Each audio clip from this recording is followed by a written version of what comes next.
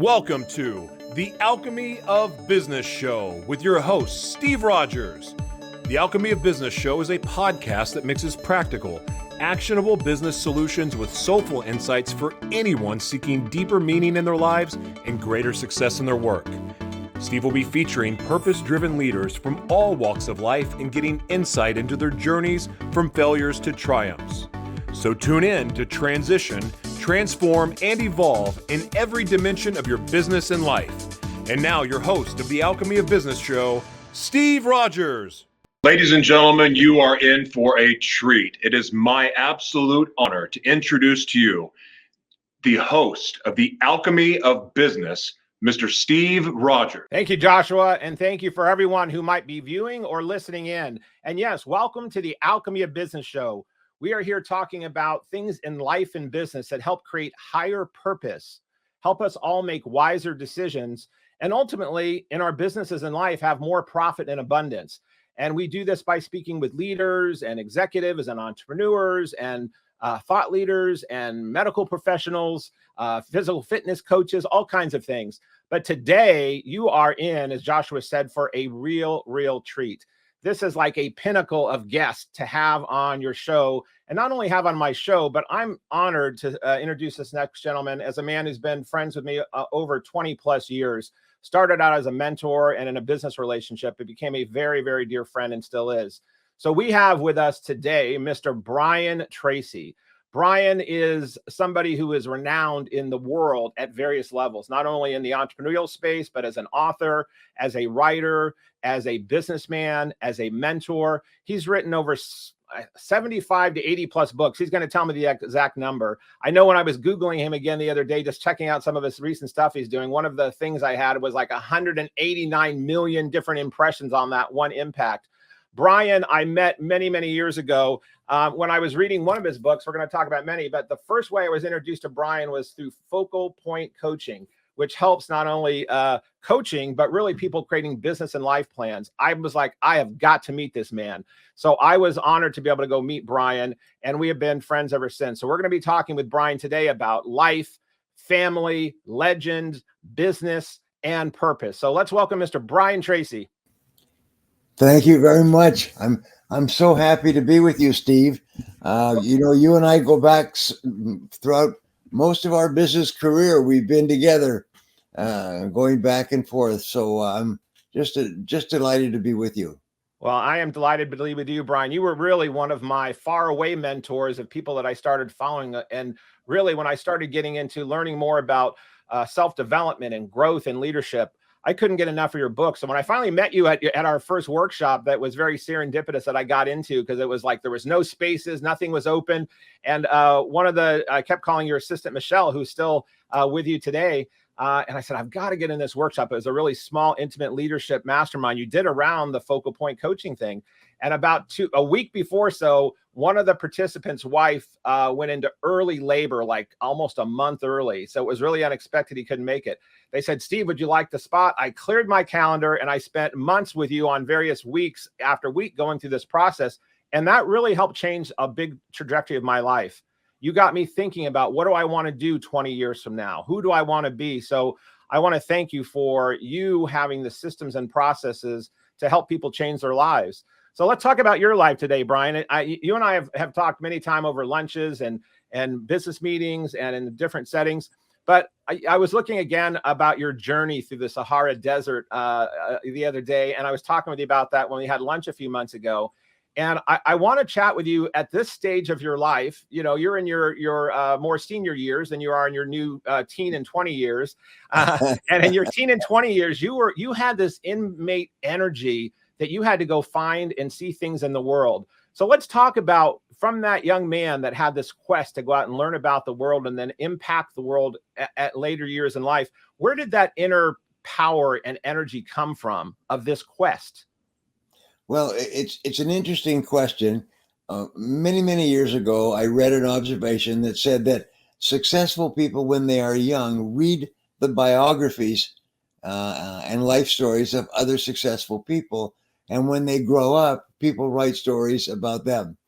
And so what I found is that people who are going to be successful when they grow up seem to be magnetically attracted to reading and learning about other successful people. So my mother used to take me to the library every Saturday morning. And this is the time when there were libraries. And I was living in Pomona, California. And she would take me to the library and I would check out the maximum 10 books. And they would all be biographies and stories of people who had accomplished wonderful things with their lives. I would take them home and I would read them all week long. I would read these books. And the next Saturday morning, I took the 10 books back. I got 10 new books. And over the years, I immersed myself in the success stories of other successful people. And what happens is you literally program yourself to be that kind of a person when you grow up. And so even today, I still read. I read 2 to 3 hours a day. I subscribe to a series of business magazines. I still buy books that I don't. They say human beings are people who buy books that they know they'll never have time to read. Like you, if you look at your home, I can guarantee you're surrounded by books, and you You're right. and you keep meaning, by gum, I'm going to read that book, and then you don't have time. But then another Amazon ad comes along, and you say, "Boy, that looks like a good book." So you just click and you order it. What's $10 or $20 for a book, and the book goes onto the stack. Well, I can tell you that I do the same thing. I have many of those books, but I can tell you that on yours and some of my other mentors, I actually do read them and get through them, or I go through the summaries, or I go back and reference them. And what's great about, since your books have been written, you have a great team that also has, when the internet started becoming even, in the early days, you were one of the people that said, I've got to also convert my readings to online content. So people, that aren't reading per se, at least they're seeing you on video, or they're seeing other mentors or leaders in clips. So the sound bites of this wisdom, truth comes through no matter what, whether it's in, so your truth shines. And, as a young man, I was always intrigued, because you and I had that in common. I moved out of my house when I was really young, and I barely graduated high school, and got on and got into the sales world and the corporate world as you did. But you, I remembered that in reading some of your stuff the other day. I forgot that you also had challenges in high school. And then later years, I think in your 30s, you kind of skipped past the college part, but then went on to college to get your master's degree, I believe. So you were this guy that you had all this reading going on. And I couldn't remember if you had trouble in high school or you didn't finish high school. I finished high school without graduating. I left without graduating. I got what was called a leaving certificate. and you open up your leaving, everybody's in line, you all have your gowns on, and all the other students received a diploma. And I went up on the stage too, and I received a leaving certificate, but nobody in the audience knew the difference. And you open up, my joke is you open up the leaving certificate and it says goodbye. And you took that quite literally, because you were in Canada at that time, right? Or were you in California?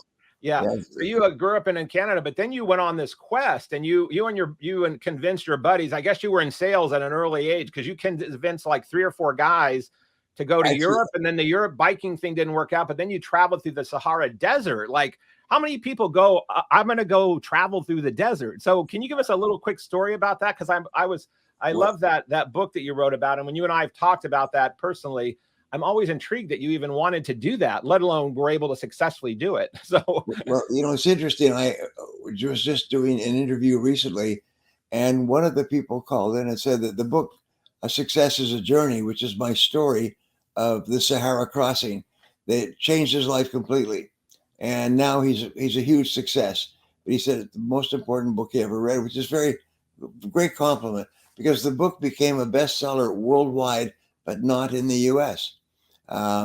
It was successful in German. It was successful in Icelandic. It was successful in Chinese. It was absolutely amazing, and it sold.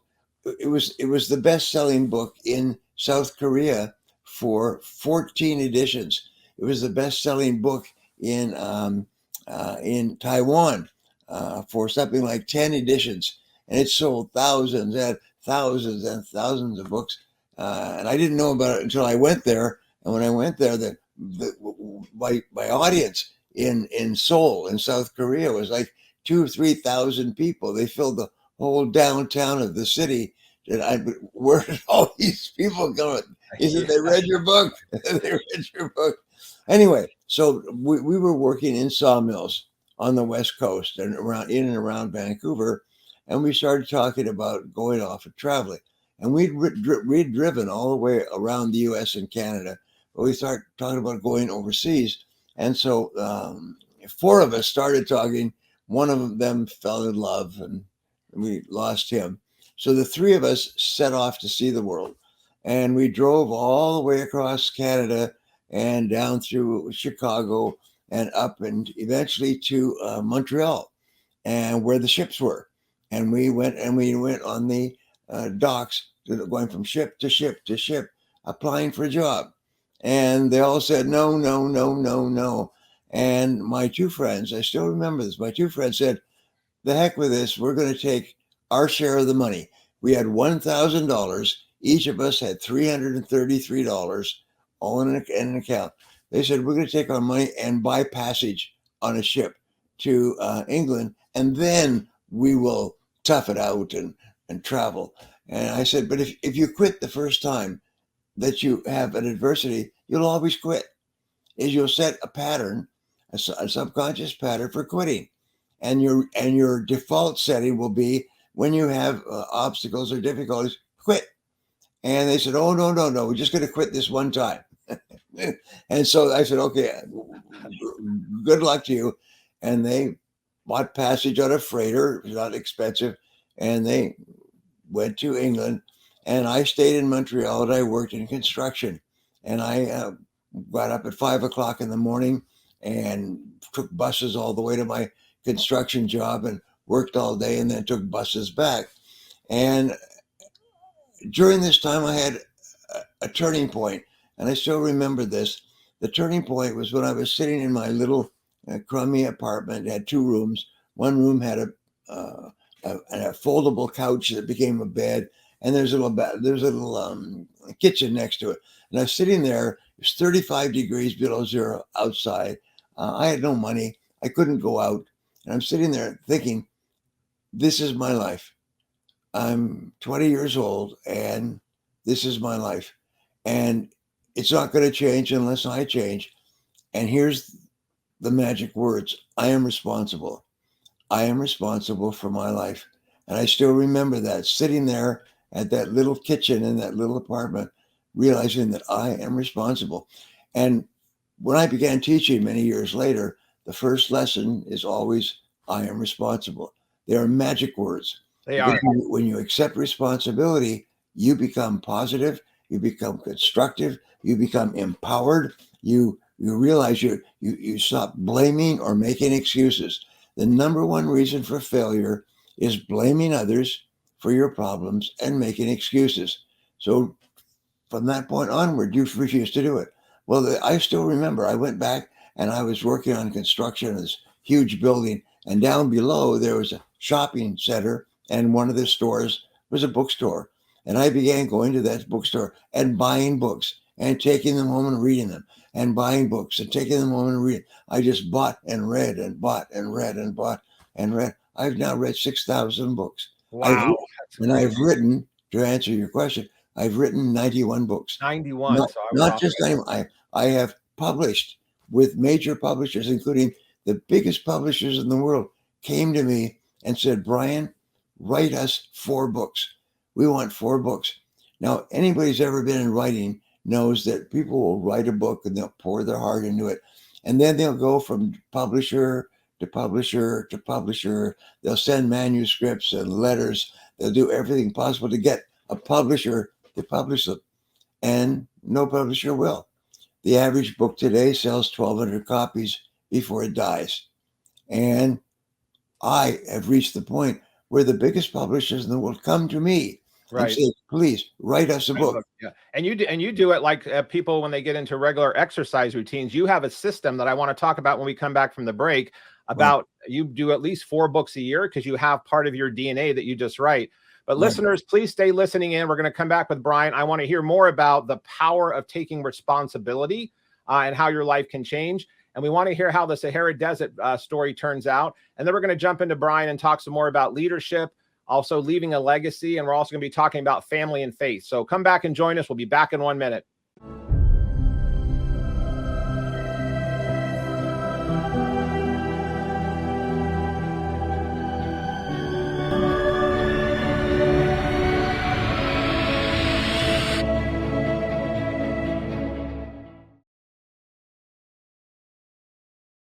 Hello, everyone, and welcome back to the Alchemy of Business show. Whether you're listening on a podcast, or you might be watching this on video or Roku somewhere, welcome back. We are talking to Mr. Brian Tracy, who's written over 90 plus books, has traveled the world, and we're hearing about stories on one of his first journeys. And I asked him after the break if he'd come back and finish how his story about traveling through the Sahara Desert, of all things, in his early 20s, how those parables of life came to him through this journey, and how the story ended up with the Sahara Desert. So, Brian, how did you get those guys to even agree to go through the Sahara? And when do you think it was the hardest? What were some of the hardest moments on the Sahara Desert journey? And then when did it end? Just a short version, and then I want to jump into some of the other stuff we were talking about. Okay. So you'd like me to begin? Yes, please. It's all. I turn it over to you. Wherever you want to pick up the story at. Here we are. We finished high school. We didn't do particularly well. We were working at sawmills as laborers, and we set off to see the world. And at that time, everybody was going to Europe with backpacks, and they were backpacking around and staying at hostels and so on. And we said, well, if everybody's going to Europe with backpacks, that's no big deal. We should go somewhere where nobody's going. Let's go to Africa. Let's go to Africa. And we never stopped to ask, why is it that no one else was going to Africa? Well, we found, and I had this one page from a school atlas that showed all of Europe and Africa on the same page. And that was our working page, is the one page. And so you had England and the Nordic countries up here, and then you had Europe, and then you had Africa, and you had this yellow part, this yellow patch on the African map, which was called the Sahara Desert. And we said, well, we'll just whip past that and get down to the green part, which would be more interesting. But we didn't realize that the Sahara Desert, this was the biggest desert in the history of the world. It was thousands, and it wasn't a desert like we have in the U.S. This desert had not a blade of grass, not a fly. It was as dead as the temperature went to 140 degrees in the daytime. And so we set off, and away we went, and we had breakdown after breakdown after breakdown. And in retrospect, we said, thank heavens, if we didn't have the breakdowns, we would have died in the desert. One of the little stories I tell is that as we were traveling across North Africa and Algeria, people would say, where are you going? And what are you asking? I said, we're going to cross the Sahara Desert and go into Africa. And these were Bedouins and Tuaregs. These were desert people. And they said, oh, you can't do that. You'll die in the desert. And I said, no. I learned French so I could travel. Vous allez mourir dans le bus. Vous allez mourir dans le bus. And I said, well, wait a minute. I had to look at my dictionary. What is vous allez? It means you will die in the desert. Oh, no. And I said, no, we're not going to die in the desert. They said, oh, yes. Everybody dies in the desert if they don't go with a convoy. And I said, well, that can't be true. I mean, for us, we were just optimistic kids, North American kids. We just whip across the yellow part on our map. And we started off, and the vehicle broke down, and everything broke down, and we lost all our money in it.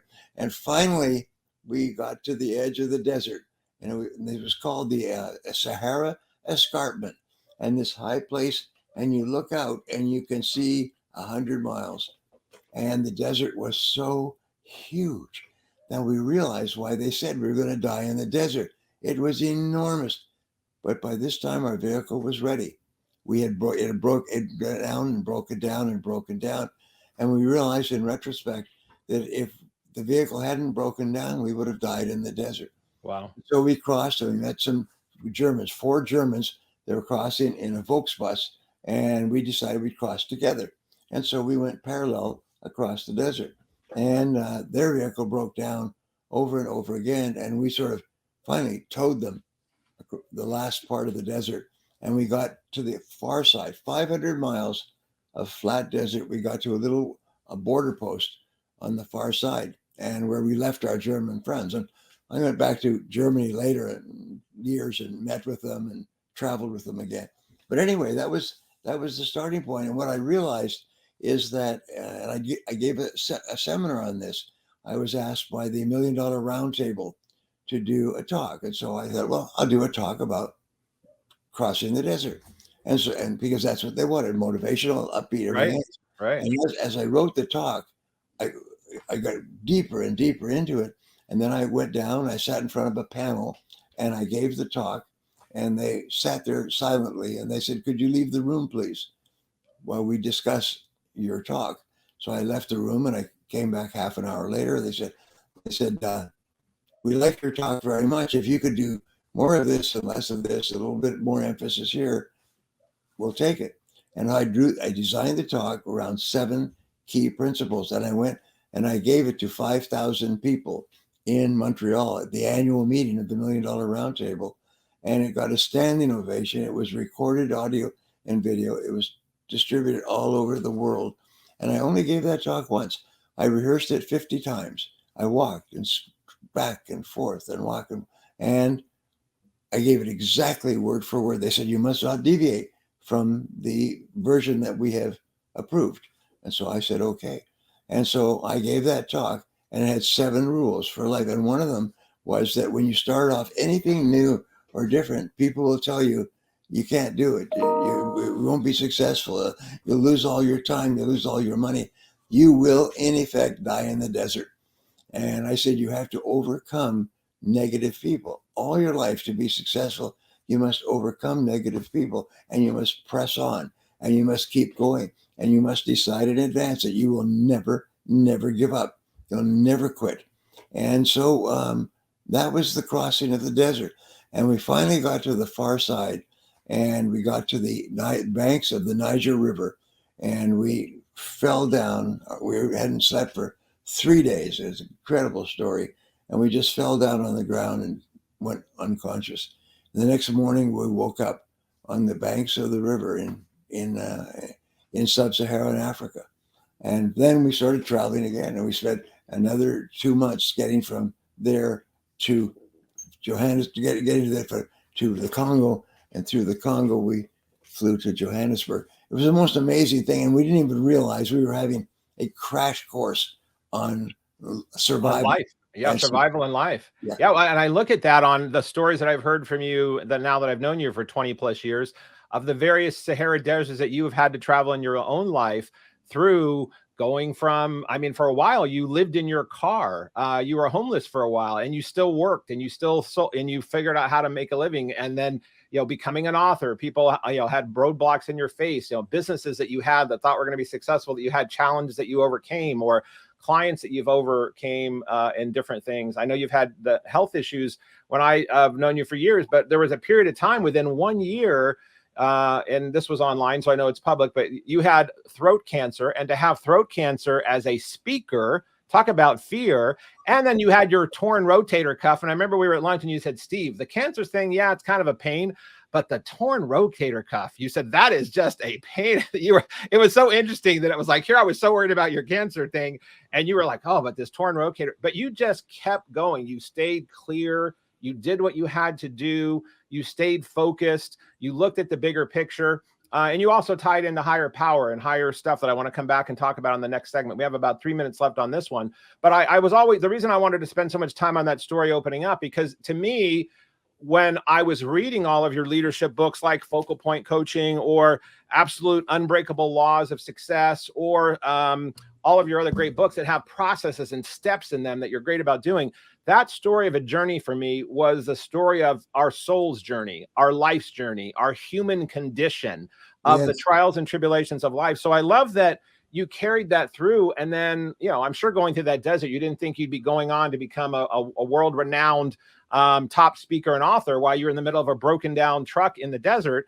But you obviously knew there was a purpose beyond that, right? So let me just, we have 2 minutes left here. Yeah, I just want to pass on two thoughts. One is what I call the golden triangle of success. And the golden triangle of success is 3 parts. Part number 1, and this is consistent with the life stories of all great men and women. Part number 1 is you realize that you are responsible for your own life. And in my seminars, as you know, I teach people to say the words, I am responsible. I am responsible. Because when you accept responsibility, you stop blaming and making excuses. All negativity comes from blaming, and all success comes from accepting responsibility. That's the first part of the triangle. If you don't get past that, nothing else will work for you. Number 2 is setting goals. And you and I have talked about this, is goal setting, the ability to write down a goal. I say we took 17,000 miles and 9 months to get from Vancouver to Johannesburg. But the most important thing was setting the goal and writing it down and then working it out. And then the third part that you and I love is continuous learning. Continuous learning. Keep studying and learning everything you need to learn to achieve the goal. And so sometimes I say, well, what is the goal? You say, well, here's the goal. And then now what do you do? Well, what you do is you learn everything you need to learn in order to achieve the goal. And you and I are lifelong students. We cannot stop learning. One of the great turning points in my life was the discovery of Aristotle's great law, the law of causality, which is the law of cause and effect. It says that if you want to achieve a certain goal, find someone else who has achieved that goal and do the same things they did until you achieve the same goal. And so one of the things I've taught, I have a best-selling book worldwide called The 21 Success Secrets of Self-Made Millionaires. And that book is in multiple languages everywhere. And basically says, you want to be a millionaire, here's how millionaires think and act. 21 keys. Yeah. And I've had countless people who've gone from rags by the beginning of reading that book and reading or listening to it every day. And within a year, they were millionaires. And they've told me, they come up to me at my seminars, they say, I could not believe it. Could not believe it. So that's what I wanted to cover, the golden triangle. Yeah, that's great. And the fact that if you want to become a millionaire, and everybody here either wants to become a millionaire or is a millionaire, then we have tens of thousands, we have millions of millionaires in the world today, all of whom, 87%, started off with nothing, and now they're millionaires. So if all those people can do it, then you can do it as well. Yeah, agreed. Well, we're going to come back and talk about that, listeners and viewers, even more, because Brian is great. Not only is he a great storyteller and he's lived a full life, but he is phenomenal about breaking things down in simplicity, making process and steps that are duplicatable and repeatable. So we're going to come back and talk about that. If you wanted to increase your wealth, if you wanted to become a millionaire or become more of a millionaire, or become a billionaire and create more abundance in your life beyond just the money portion, Brian has segments that he helps his people break down into financial, spiritual, relationship, community. And so we're going to come back and talk about those things. How do you take all these goals? How do you take responsibility? How do you get through the Sahara Desert or life? Come back and find out more with Mr. Brian Tracy on the Alchemy of Business show.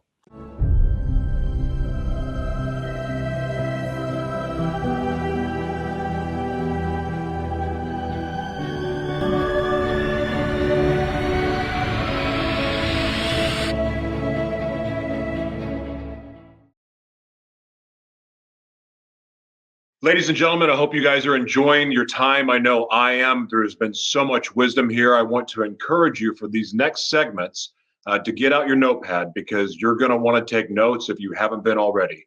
Ladies and gentlemen, it's a great pleasure for me to reintroduce to you Mr. Steve Rodgers. Thank you, everybody, for listening back in or viewing back in. You are on the Alchemy of Business show or viewing the Alchemy of Business show.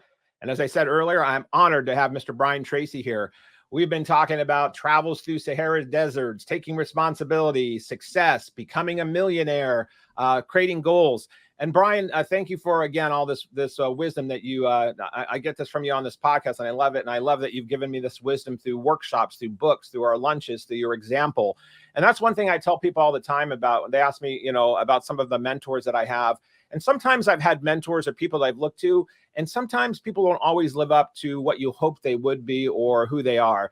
And what I have to say about you is, in your commitment to your life being of service, your 4 kids, your wife, Barbara, and your work and your contribution of being a servant leader. When I first heard the word servant leadership, I immediately thought of you. I said, wow, Brian is really a servant leader, meaning that he leads, and he's a great leader, and he's strong, but he does it from a sense of being of service to others.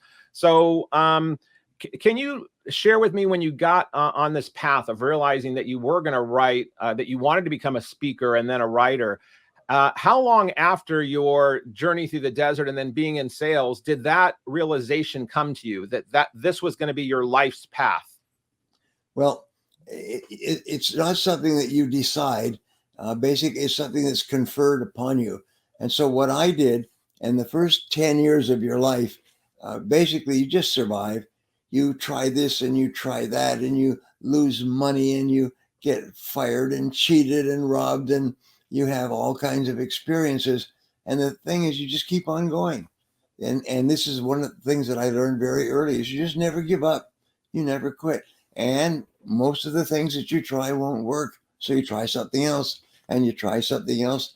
I was getting into my late 20s, and I started to be successful in selling, and then in recruiting salespeople, and then in training salespeople. And then I built a 6-country network of 95 salespeople, generating millions of dollars in investment sales every month. It was the most amazing thing, because when I started off, for 6 months, I couldn't make a sale because I didn't know what I was doing. And then what I learned was this law of causality, is that if you can have any goal that you want to achieve, find someone else who's achieved the goal and learn what they learn and do the same thing. So I thought, wow, I'm going to teach this to other people.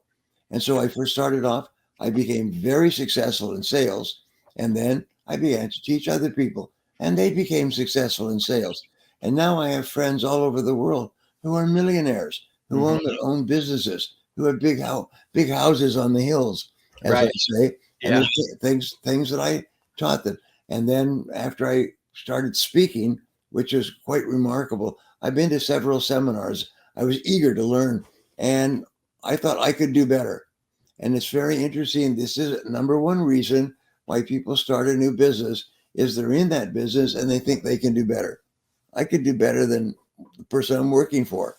So they start off, and I started off in speaking. And when you start off in a new business, boy, you learn an awful lot very fast. I joke, when I started speaking, I learned how to sell again. I sold my house, I sold my car, I sold my refrigerator, I sold everything that I had and borrowed money from everybody that I knew to stay alive. And it was very much like a plane going into a dive. And what happens, I learned later, that every single business startup is a race against time.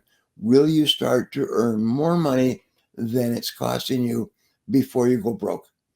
And as many as 99 out of 100 new business ventures go broke. In other words, the plane crashes.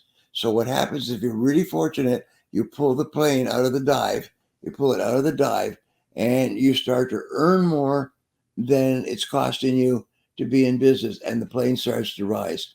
And there's a whole series of spaces. First of all, you go past the break-even point, and you actually start to make more money.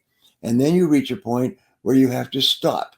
And Peter Drucker talks about this. You have to stop, and you have to organize the business from a basically survival business to a real business. You have to have accounting, and you have to have marketing. You have to have business planning. You have to have everything, and you have to get organized, because if you don't, you'll go broke.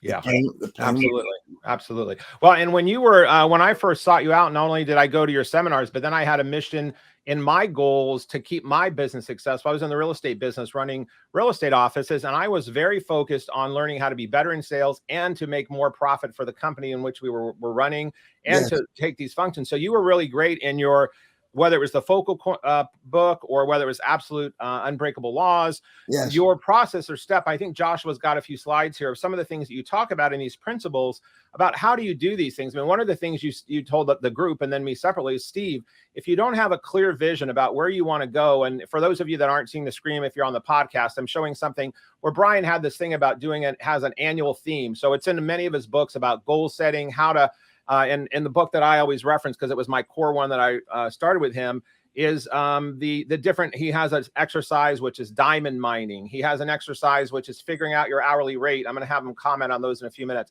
But this theme, if you're seeing my screen, breaking your life down into what are your health goals, your personal goals, your relationships, being of service, spiritual growth, recreation, financial, career. And so having those broken down, that these very clear thought out life, if life is not going the way you want it to in any of these areas, Brian really helped teach me and others about taking accountability, as he's already talked about, making that you are responsible and that you have the choice. You have the choice and the power to change. But what is it you're trying to create? You know, Brian has taught many people that you are the masters of your own destiny. You are the co-creators with some higher source or higher power, whether you call that God or energy or universe. But once you start understanding some of these cause of laws, you can start taking these steps to do what others have done before you and to duplicate success, whether you're a tech startup, a restaurant, a healthcare provider. These universal principles are key. So Brian, in some of these things, as an example, like when I was first thinking that hourly rate only applied to an employee, like, I remember you said, well, what is your hourly rate, Steve? I said, well, Brian, I don't have an hourly rate. I'm salaried and bonused, and I have incentives. And you said, well, what's your goal this year for the, and you started breaking it down for me. So can you talk about how all people have an hourly rate if they're looking at where they want to increase or grow? Can we talk about that for just a minute? Yes. Well, one of the things that I learned is that when you start your working life is you start off with an enormous amount of time, but no money. And this is important. And if you're smart, you begin to exchange your time for money. And throughout your career, you're exchanging your time for money. Now, when I started off, my first job was washing dishes, and I earned $1.12 an hour. $1.12 an hour. So that was my trade. And just between you and I was a lousy trader. And if you work at laboring jobs, you're a lousy trader. So what you need to do is increase the value. So we say, all right, how much do you want to earn in a year? And I would pick a number like $50,000 a year or $100,000. So you said, say $50,000 a year. Well, the average person works 2,000 hours a year. It's 2,000 hours. So therefore, if you divide 2,000 by 50, you get $25 an hour. So now you now decided you're a $25 an hour person. From now on, absolutely refuse to do anything that does not pay you $25 an hour or more. Ask yourself, every minute of every day, would I pay someone else $25 to do what I'm doing right now? And if you wouldn't stop doing it, like slamming the door and turn and start doing things that pay you the amount of money that you want to earn. Now, today, you find that most people, statistics exhaustive, waste fully 50% of their time. If they have an 8-hour day, 4 out of those hours is spent wasting their time, drinking coffee, shooting the breeze, checking their email, and so on and so forth. And the answer is stop. Just stop doing it. There's a wonderful, funny skit on television, on camera with Bob Newhart. And Bob Newhart is a psychiatrist, and people come to him for advice. And so this woman comes to him and pours out her story about how terrible her life is and everything else. He said, okay, I'm going to tell you how to solve your problem. And she said, well, I've been to doctor after doctor. I'll show you how to do it. And she said, okay, what is it? And he says, stop it. And she says, what? He says, what? But I have all these problems and I worry about this. He said, stop it. He said, that will be $5. And then he said, and I try, and I don't get, and I don't give change.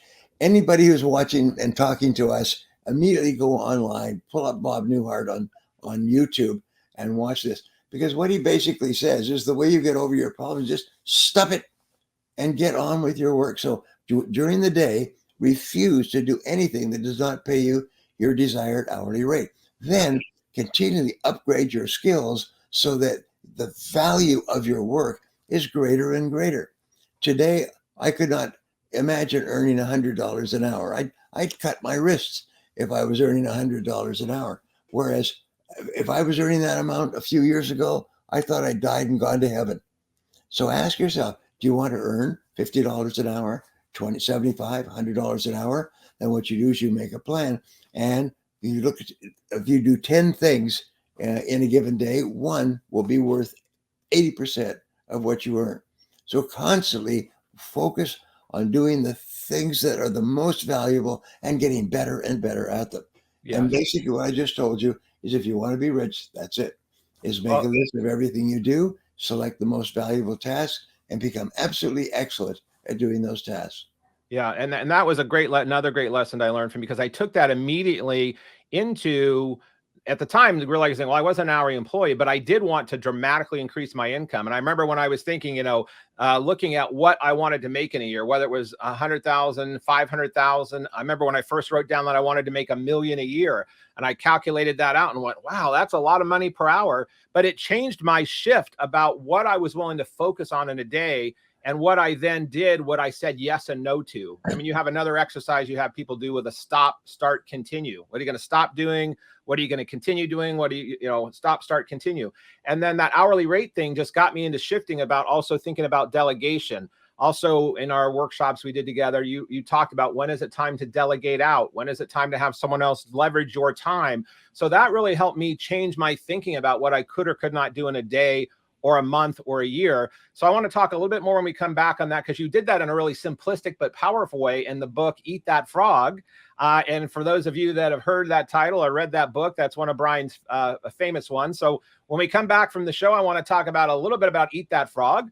I'm going to ask Brian if he has his own favorite book, and we're going to get into the G word, talking about God, talking about grace, talking about universal principles, and then what Brian really has, his legend that he's looking to have as his time left on the planet here. So we're going to have a powerful last segment. I hope you'll come back and join us and listen in on the Alchemy of Business show.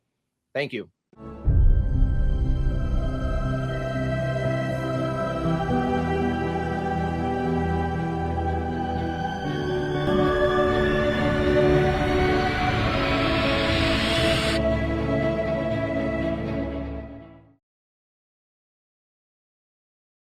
Hi, everyone, and welcome back to the Alchemy of Business show. Whether you are listening in or you are viewing, this is our last segment. We're coming around the curve. This is like Brian, how he felt in the last probably few miles of the desert of his Sahara trip that we talked about in the first segment. We're coming into the last strip here, but it sure has not felt like a Sahara. It's felt like we've had great abundance of water through this whole conversation. So I feel very nourished. So thank you, Brian.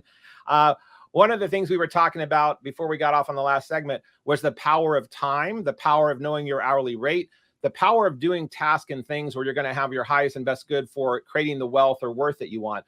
So one of the books that you wrote on this topic, and you have written many, but there was one called Eat That Frog. Can you tell us about that book and why you came up with that title and why you think it did so well?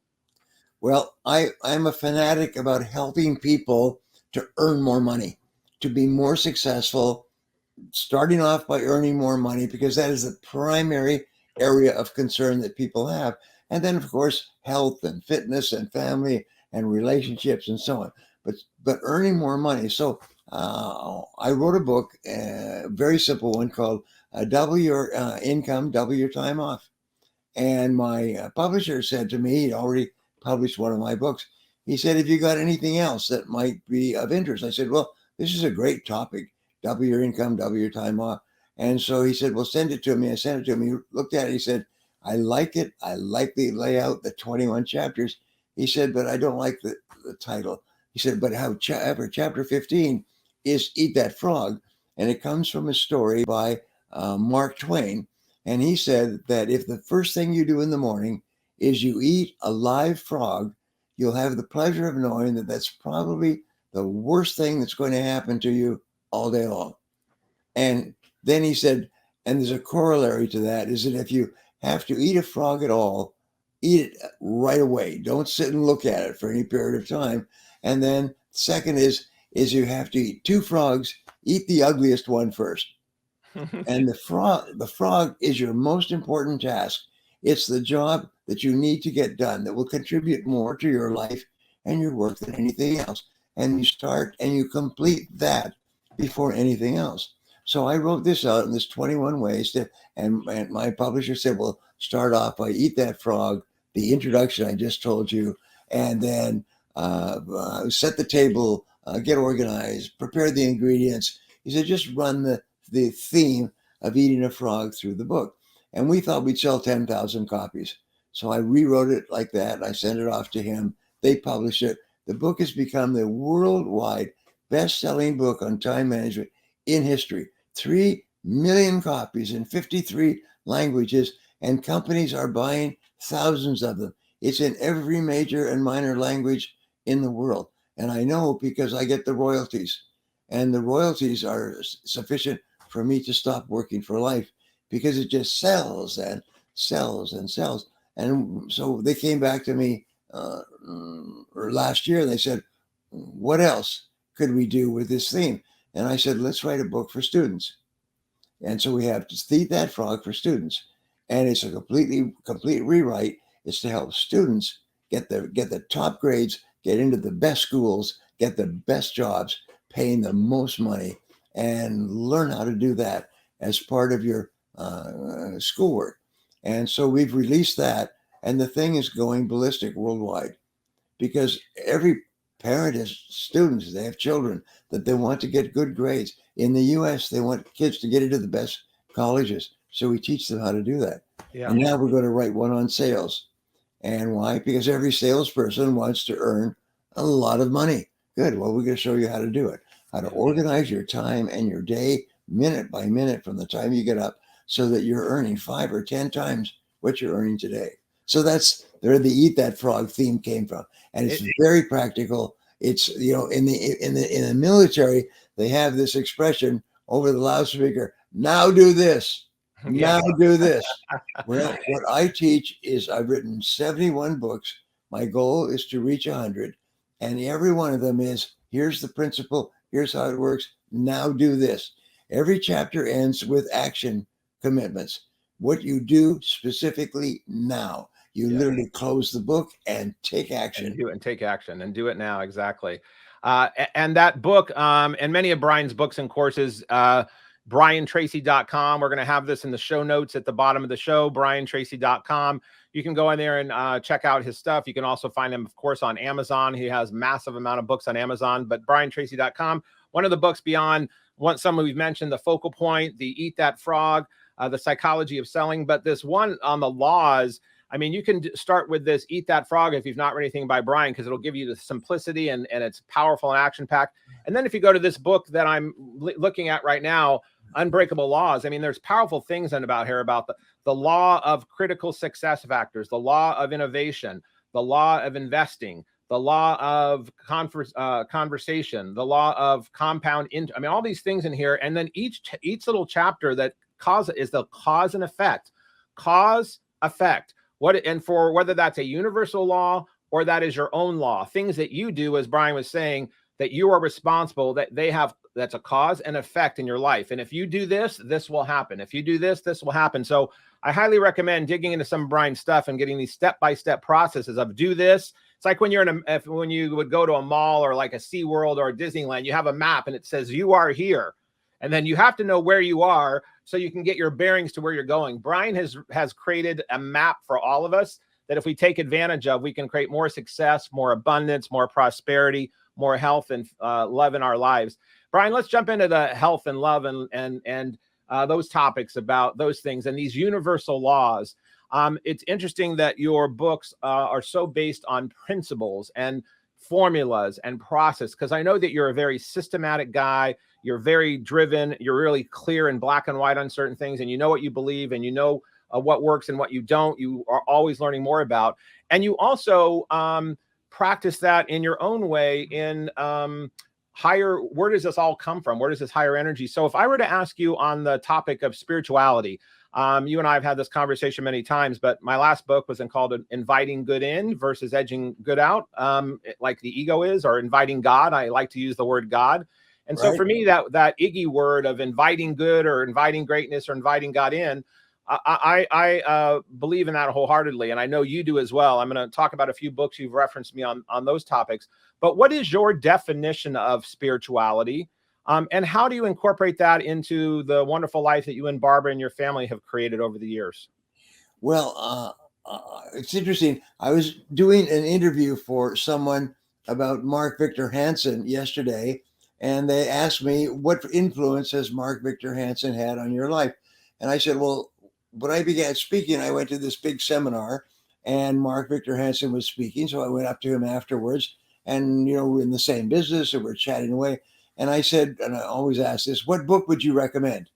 I do this with everybody. He said, well, in spirituality, it was sort of like a spiritual seminar. He said, well, if I was just going to recommend one, it would be Sermon on the Mount by Emmett Fox. And that led me to, got the book. Yes. I read the book. I said, I read everything that Emmett ever wrote. I read it 5 or 10 times. Beautiful. Many people have said that Sermon on the Mount, if you're going to be cast off at a desert island and you could only have one book, and that would be Sermon on the Mount. And I've given this book to millionaires and billionaires, and they've ended up buying boxfuls of them and giving them to all of their friends. But Sermon on the Mount, I think, is the greatest spiritual book of all. And because it basically talks about the spiritual principles and inner development and inner growth and trusting to a higher power and taking good care of the people in your life. You don't know where to start or end when you describe it. But then there are many others. There are wonderful books that Emmett has written. And then there's books written by Emmett Fox, by Ernest Holmes. Mm-hmm. And there's books written by so many great people. And what if you're just going to read one, people who are listening to me, read Emmett Fox's Sermon on the Mount, and that will start you off. And it'll start you off on a course of spiritual development, as it did for me and Barbara, that never ended. And the interesting thing is that the more you develop spiritually, the more I get up every morning and read for 60 to 90 minutes in spiritual things. I did that for 25 years, and it totally transformed me as a person and my life. And I practice these principles with my children, and in always a very healthy way, and brought them up to have high levels of self-confidence and so on. And Barbara and I, Barbara and I are joined at the hip. We both have read these same things and discussed them and believe in them and practice them. And it's really wonderful. The most important word that you come across is joy, is what happens in spiritual development, or edging God out, or inviting God in, is what that does, is it gives you joy. And it's the only permanent source of joy is for you to plug in to these spiritual principles and live your life in harmony with these principles. And wonderfully enough, some of the most wonderful men and women in the history of the world have spent thousands of hours studying and reading and putting this material together. And all we have to do is just take it and use it. We don't have to invent the wheel. The wheel has already been invented for us. And that's been my spiritual orientation. Is, again, I spent thousands of hours studying the principles that you studied. There's an expression from one of the adventure movies, is we shed the same blood in the same mud. Yes. You know that from the movie. But the thing is, we have experienced the same principles. We've read them and discussed them and thought about them. And you just keep reading and reflecting and reading and reflecting until these ideas soak deeper and deeper and deeper into your subconscious mind, and you become a different person. Yes, absolutely. Absolutely. Well, for those that can see it, I'm holding up the book, Emmett Fox, Sermon on the Mount. Again, Brian, you gave me this book actually back, I had December 4th, 2005. So that was 16 years ago. And you said, Steve, this is the best single volume. Once you become addicted to Emmett, you'll be a lifelong reader. Kind regards and love, Brian. And I have another book that I got of his. It's called Around the Year with Emmett Fox. It's a daily reading of meditations. But that, I was always brought it very, very strict Catholic, and I had only one view of life. And the Emmett reading and other stuff I've read by Paramahansa Yogananda or by Buddha or reading the Torah or looking at the Quran, I just really when we talked about becoming a voracious reader and learner, I adapt that not only to my business principles, and I know as you have, also to spirituality and religion and all the great writers from all of these religious books that are some of them thousands of years old. And these readings that we have and these spiritual lessons are amazing that help transform our lives. And I know that you and Barbara have created a great life together. I think we had a picture of you and Barbara somewhere in there.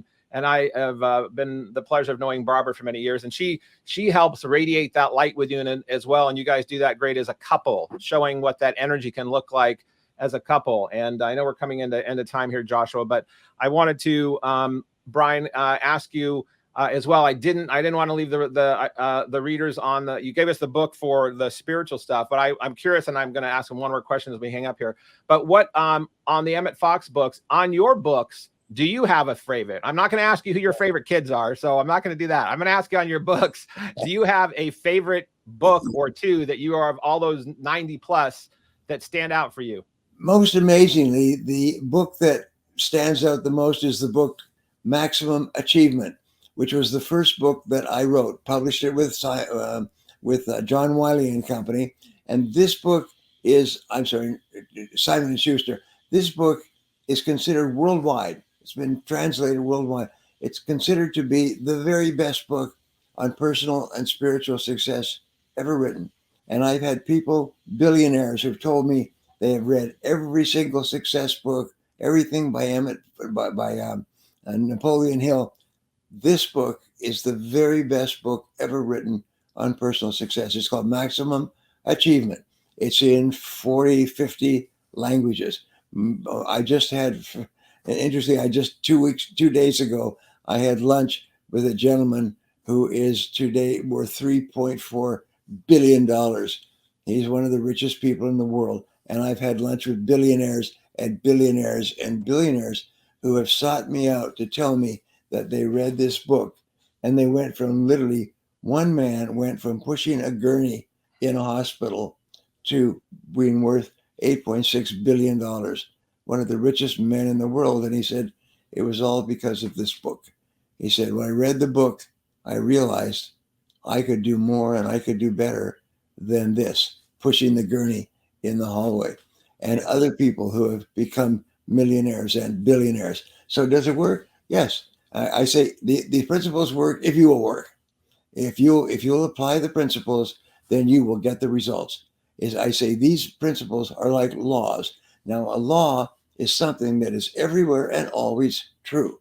It's not a matter of opinion. It's not a matter of wishing or hoping. It's like gravity. Gravity always works. If you drop something, it falls down. Every one of these laws are the result of years and years of study and research, and they are all laws. They're not wishes or hopes or prayers. They're things that just work all the time. And so therefore, if you practice the law, you get the result. If you don't, you don't. It's black and white. And here's one of the most amazing things I ever learned in my spiritual studies is Ernest Holmes said that nature is neutral. God is neutral. Nobody decides that it's going to work or not. Nature doesn't care. And that was the big shocker for me. Nature doesn't care. In other words, nature is neutral. If you do what nature says, if you follow the laws, you get the results. And it's very simple.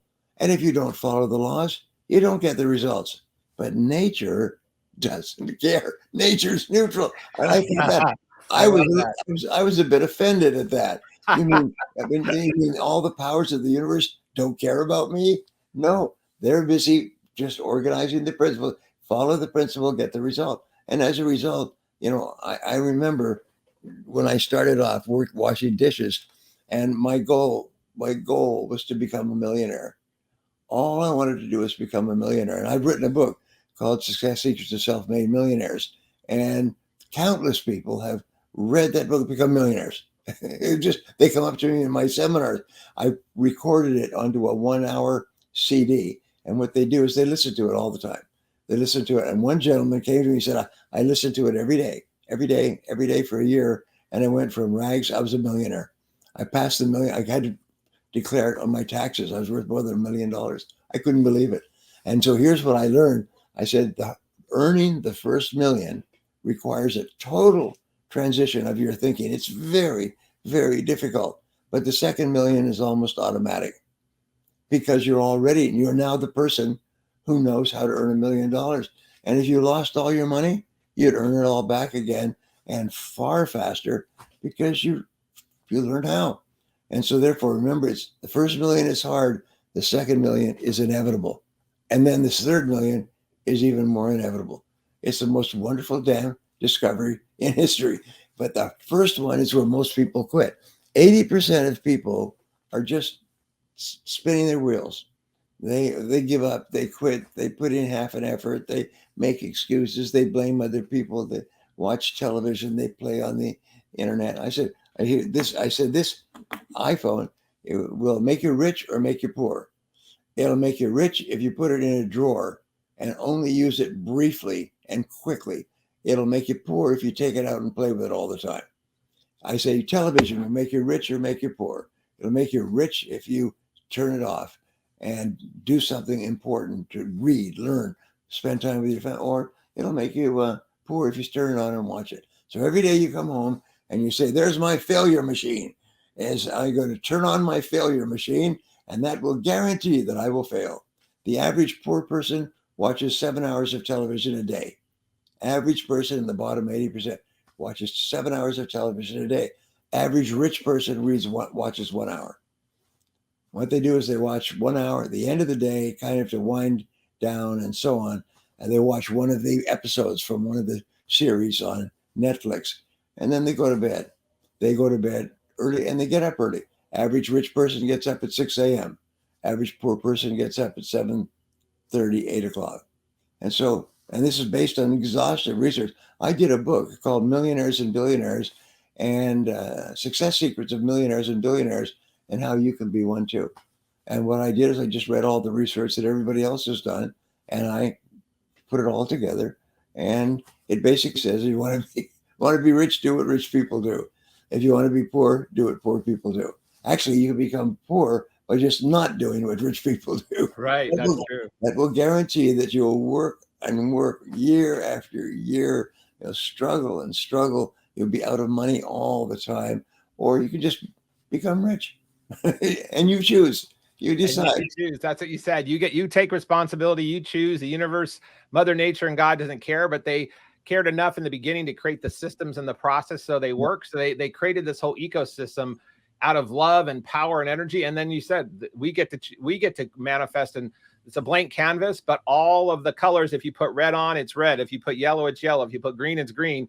So these universal laws for you, Brian, not only have created success and abundance, but it's also created joy. I love that you were talking earlier about creating joy, because you do help people make more money. You do help people become more successful.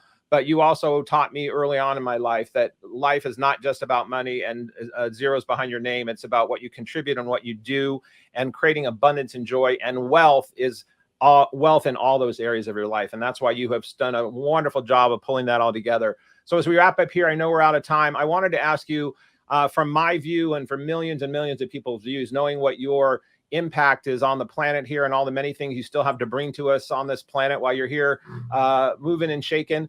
I'm curious, of all the amazing things that you've accomplished in your lifetime and all the wonderful things you've done with books and writing and traveling and making money and family, is there one thing as you're reflecting back now on things in your life that you're most proud of, or something that you really think will be the legacy that you're leaving when you ever do leave this planet? Well, let me just back up and before I answer the question, is Aristotle said the ultimate aim of all of human life is to be happy. Everything that we do is to be happy.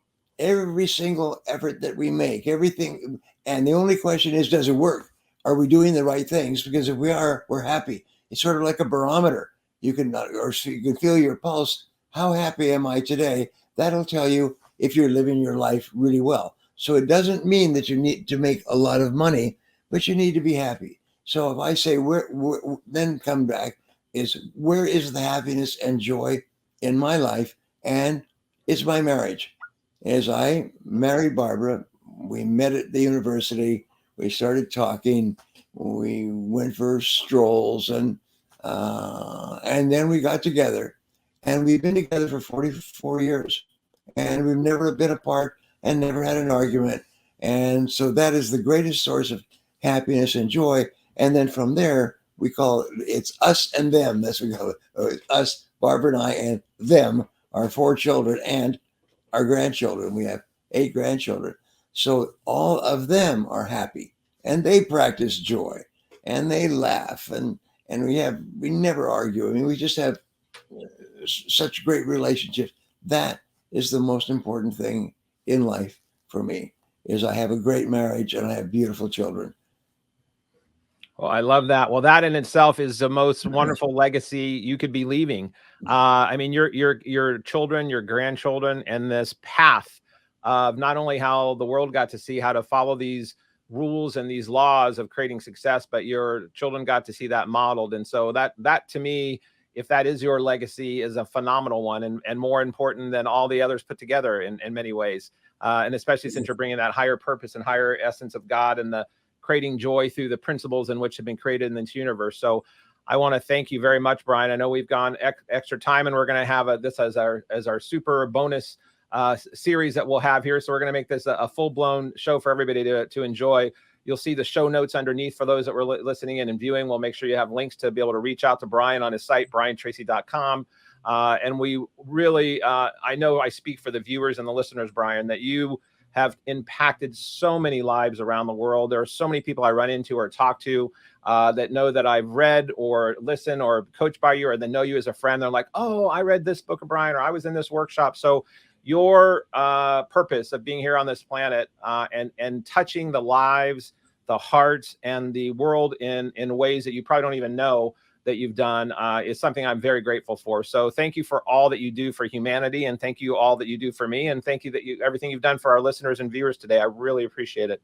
Well, thank you so much, Steve, and thank you for our friend Joshua, who's been operating all of this equipment behind the scenes, and we thank you all. And I would just say one thing, is that your potential is unlimited. There is no limit to what you can do and have and be in life.